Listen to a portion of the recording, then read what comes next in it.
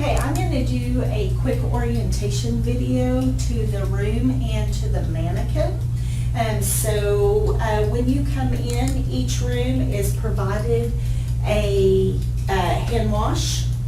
Always make sure that you wash your hands before you come in and before you touch the mannequins. All rooms have a big whiteboard with expo markers and board cleaner. You're more than welcome to write anything that you want to on this board.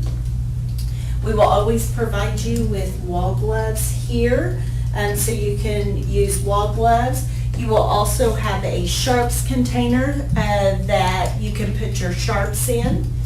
Also in your rooms will be a computer. This, whatever is out in the nurse's station on that computer, if you need orders, will also be mirrored right here on this computer. They'll be the exact same.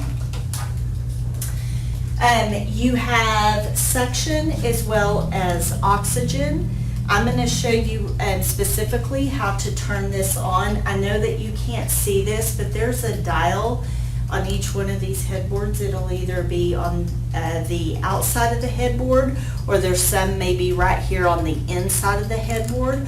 What we want you to do is we're going to get you to turn it on, set your oxygen to the amount of liters and or your suction to wherever you need it to be, and then we want you to turn it off as it gets real loud. So I'm going to show you what that looks like.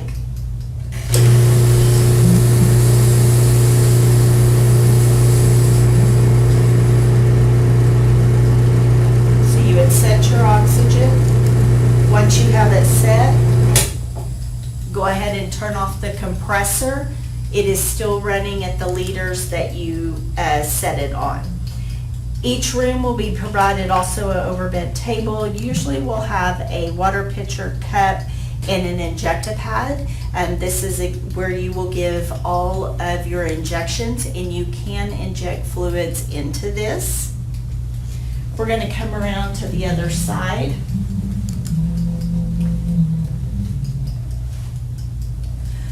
You will always have an IV pump if your scenario or what you're doing will need the IV pump. If you are inserting any type of tube, whether that be like a Foley catheter, an NG tube, you can use this spray lubricant. Be very careful. It is very slick, so I would not spray it over the floor. I would spray it over a table if you need that to help you insert it.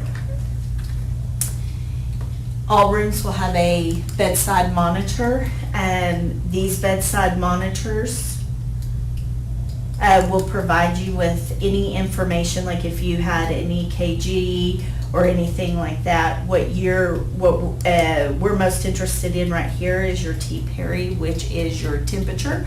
That's where you'll find your temperature. We also have a O2 sat probe. It usually will be hanging either on the side of the head wall or on the IV pump. We ask you that you leave it there when it's not in use. These are extremely expensive to replace. So when you put this on, you can put it on any finger. You will notice that your O2 sat will come up. We ask you let it run for just a little bit, and then you can get your reading. When you're done, go ahead and take it off and just hang it back up.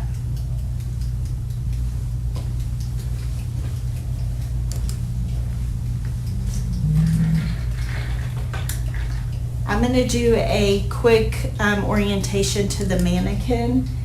There is a bed orientation, so you can review that on our website to know how to run the bed.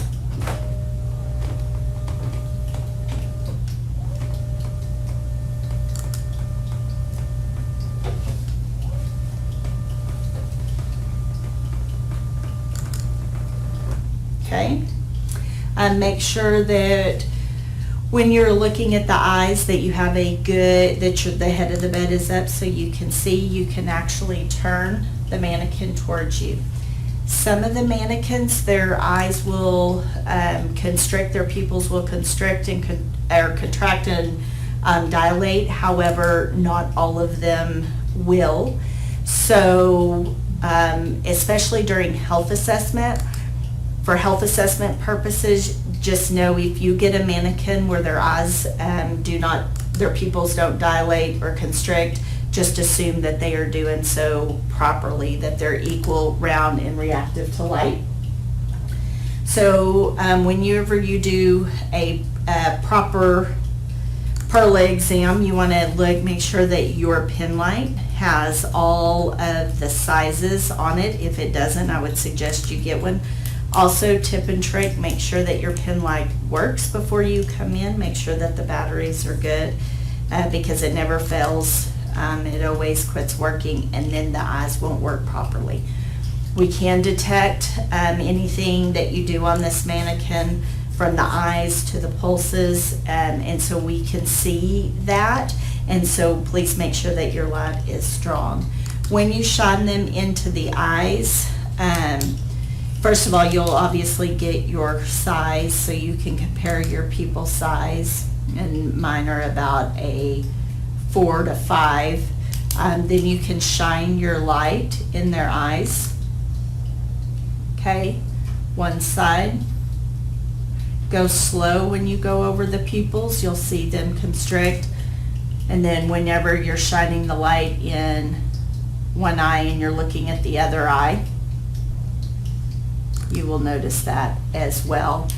And then whenever you are checking for accommodation, make sure when you properly check for accommodation, you tell them to look at the pen, look at the clock, come back to the pen, and your mannequin should say that they accommodate, because the actual eyes will not accommodate. So you can know that you're doing it correctly whenever they tell you that. Also, carotid. So I'm going to go over the carotid pulse next, and then I'm going to go into the heart and lungs, and then we'll catch the other pulses shortly.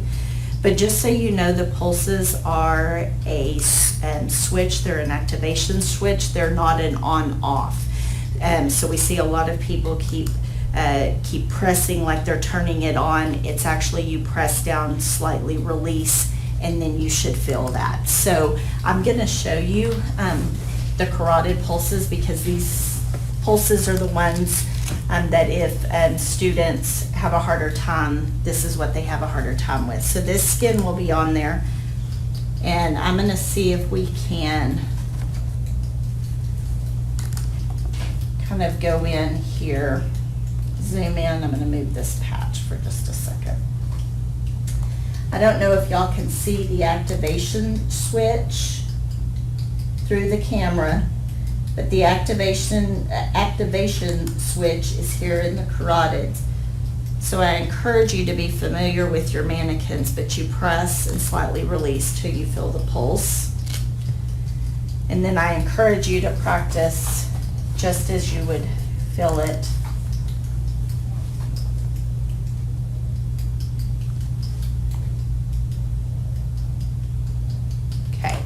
So that's how you would check the carotid pulses. Next, I'm going to go ahead and lower the gown. We know that you would maintain privacy whenever you are checking your heart-lung sounds, but for our purposes, we need you to expose the chest. So we'll have you drop the gown down low. And then I'm going to go through the heart sounds first, and then I will go through the lung sounds. Always remember to clean your stethoscope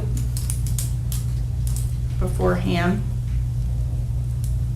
I go ahead and clean the tubing because you probably have it around your neck, and so I go ahead and make sure to clean my tubing. Okay. I will show you real quickly. I'm going to give you a tip and trick on your stethoscope. Because we have a lot of people, whenever you come in for a check-off, you may be nervous, or when you come in for a simulation and you can't hear very well, and a lot of times it is because your stethoscope is wrong. So make sure whenever you look at your ears, they go down with your nose, okay? These are adjustable. You can kind of adjust them. So make sure they go down with your nose. Also, with the stethoscope, not all of them are the same with the bell, but some of them are two-sided and can be flipped back and forth. Whenever because you've stored it in your pocket or whatever, sometimes they'll get turned. So when you put your stethoscope on, always tap the side that you want to listen to. If you can't hear it loud, then flip your bell and tap again, and you should be able to hear it. Okay? So when you're doing your heart sounds, you're going to go second intercostal space to the right of the sternum. That is the aortic. And you could place your stethoscope there. Come over second intercostal space to the left of the sternum is the pulmonic. You can go down third intercostal space to the left of the sternum is the Erb's point. Fourth intercostal space to the left of the sternum is the tricuspid. Fifth intercostal space to the left of the sternum, mid-clavicular line, is the mitral valve. And I'm going to listen to the apical pulse for 1 minute. So when you place your stethoscope here, if you are working with the 3G or the essential tip and trick, your stethoscope goes right below the nipple. That is the correct placement. Okay? If you are just needing to listen to the apical, again, you can just place your stethoscope right here under the nipple on the 3G in the essential. When you're listening for lung sounds anterior, and let me go back with your heart sound, you actually have to listen to that apical for 1 full minute. So when you're listening to lung sounds,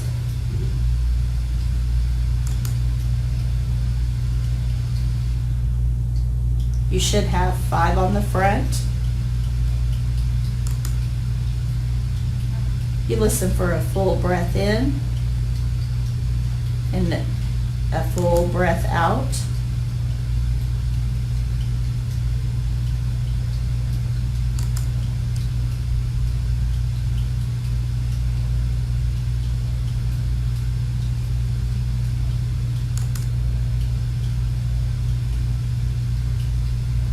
This is about number 3 is nipple line, tip and trick. 4 would be right down under. 5 is a little bit further out.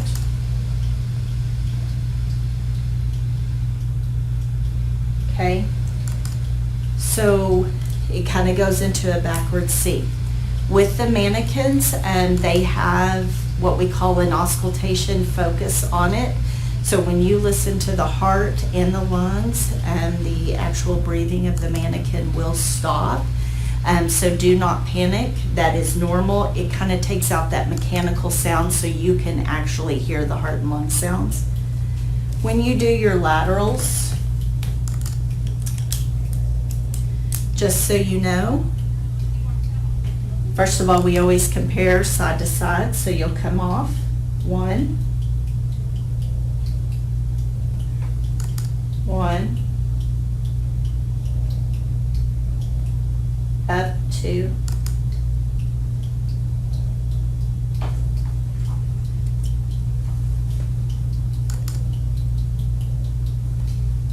if you start your stethoscope here and go across here, and if you go down, you're going to be in the abdomen. So that's another tip and trick. Make sure that you're at this line and above, because that's where your laterals are. Next, I'm going to do the abdomen sounds, or do an abdominal exam, just so you know. First of all, your patient has to be completely flat. Make sure your bed is in a good working height.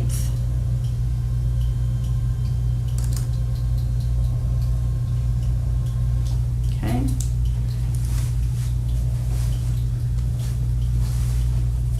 Again, we are only going to expose the area that we need to expose. Make sure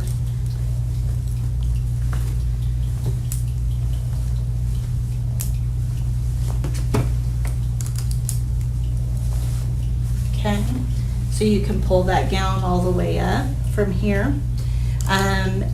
Again, with the vowel sounds, we will stop that auscultation focus so you can actually hear the vowel sounds. You have your abdomen, you're going to cut it in quarters, and when you have on your stethoscope, again, you obviously look, then you're going to listen. You can put your stethoscope in your 4 quadrants.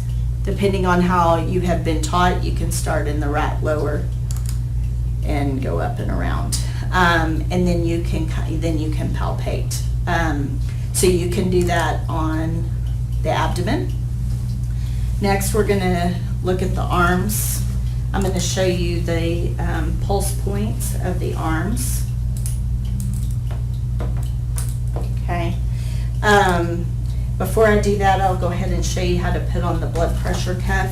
And I know you all have blood pressure cuffs, but you actually have to use ours here at the Sim Lab whenever you do a blood pressure, because we have it attached to the Manikin.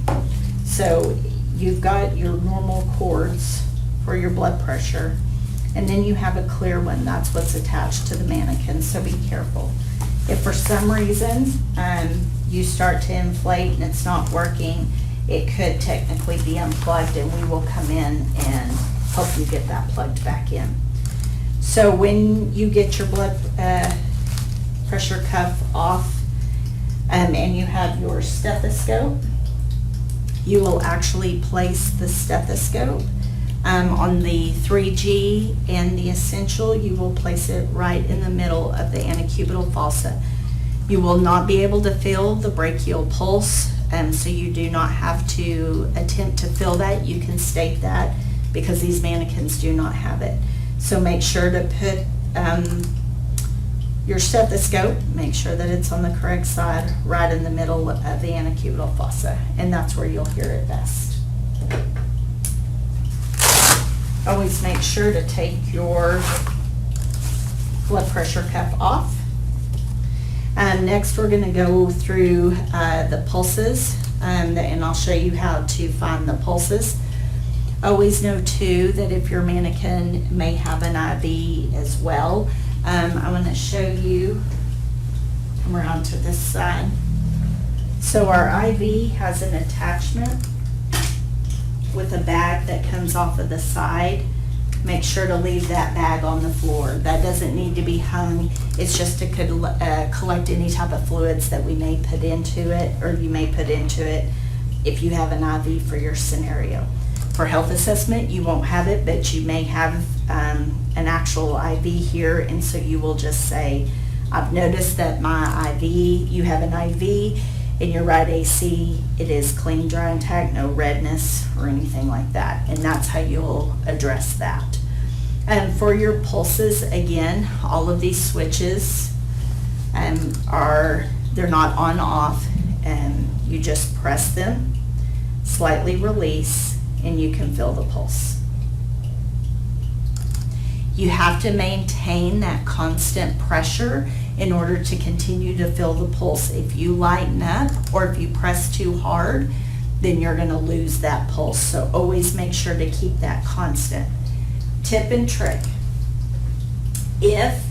Most people start over here on the left side. If for some reason you cannot feel that pulse very well, if you're having a hard time, don't waste a lot of time. Just go ahead and go around to the other side and check the right whenever you're checking the radials. And then when you're looking at them to compare, and then you can come across here, find that pulse, and then go over here and find that, and you can compare. Okay. This mannequin also comes with femoral pulses, popliteals. You are going to be concerned with the pedals, so make sure he's covered up.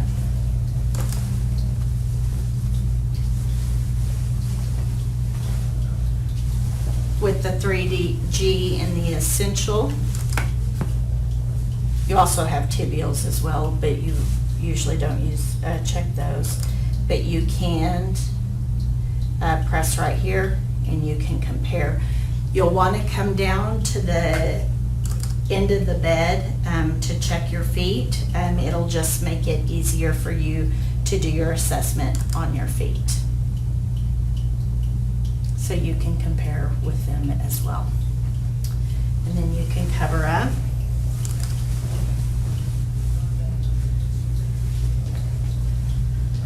I'm going to go ahead and put my pillow back underneath my patient, because again, before you leave, you always want to make sure your bed's in lowest position. Side rails up ×2, bed is locked, call light is within reach. So those are my tips and tricks for working the 3G and the essential. We're going to show you the tips and tricks for the Nurse Ann.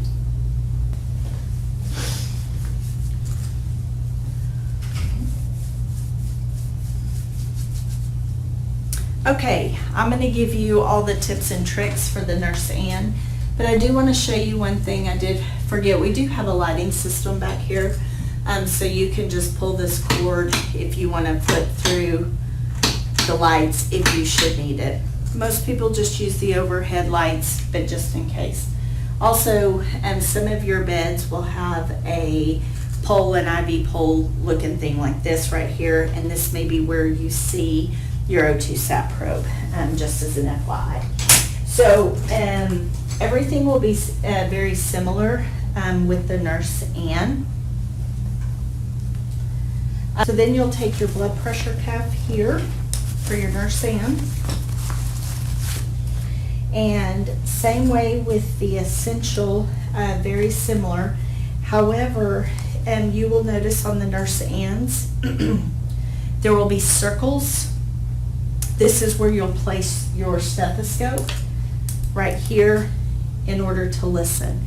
If you don't place it there, you will have a very hard time listening to her blood pressure.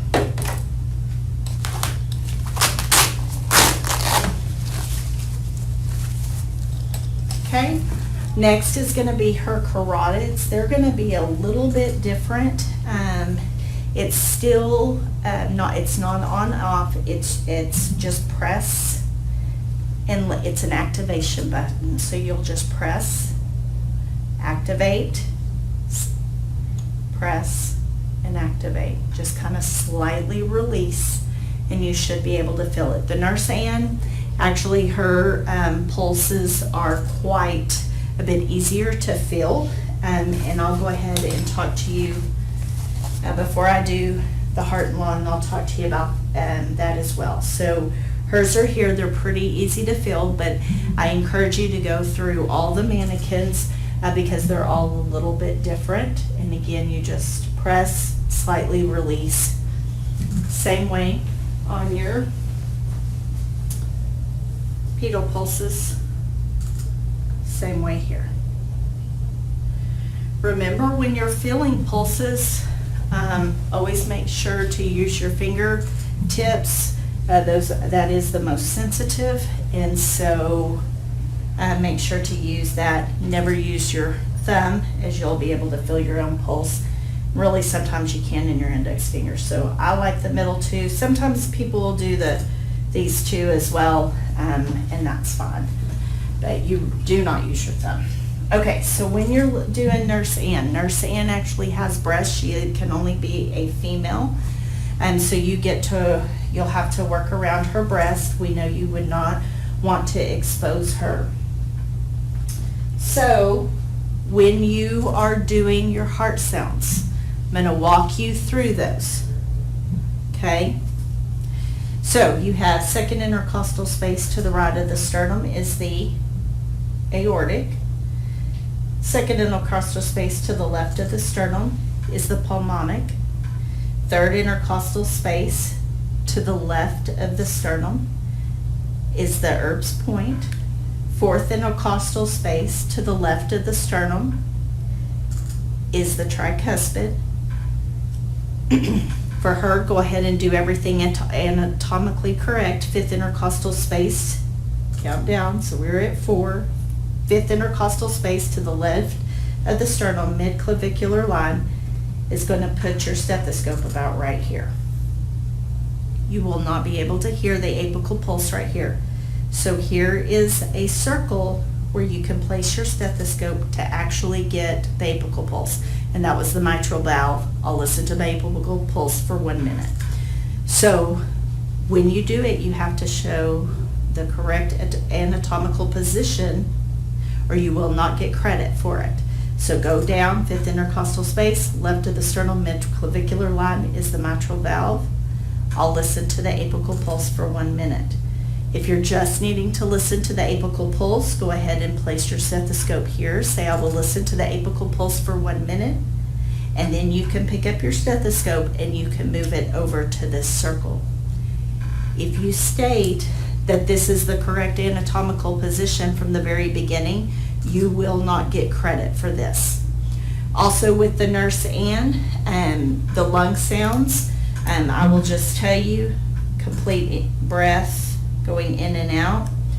You are going to have to move in that backwards C to start to listen because it is hard. Okay, that's number 5. And then you will do your laterals here. Go up and do your laterals here. Okay. I'm going to show you when you get ready to turn your patient. I'm going to go ahead and call for turn help.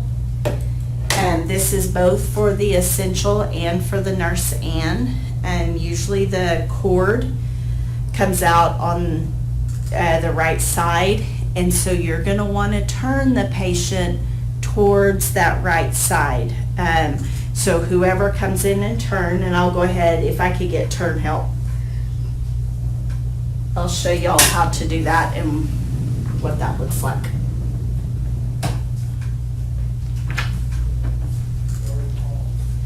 So you will always have a partner that'll come in, and you can, we're going to go that way, and if you want to, and it'll probably be easier, it depends.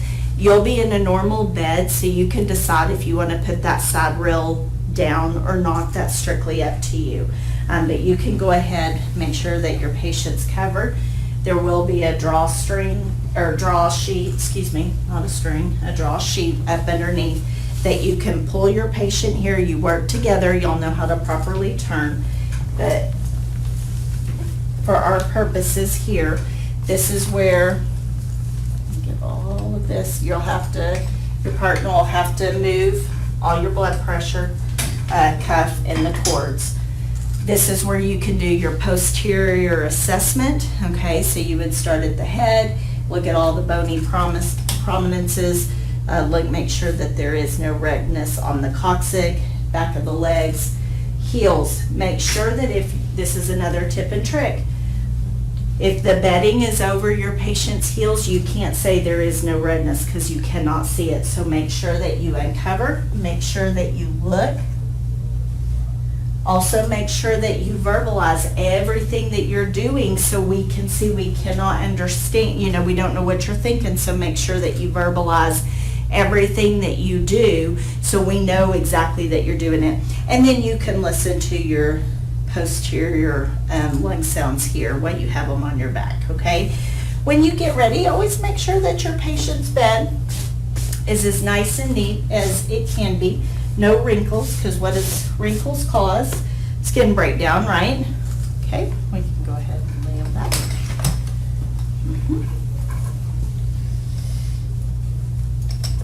All right, thank you very much. Okay, excellent. So with that is kind of the tips and tricks I have for you for the 3G in the essential as well as the nurse and. So I'm going to go ahead and I'll put my side rails at ×2. I'll make sure that my bed is in the lowest position, call light in place, and bed brakes on. I think that is all I want to go over and cover. I just wanted to make sure that you get all of those tips and tricks for the mannequin so you can be successful not only in your checkoffs but also your simulations.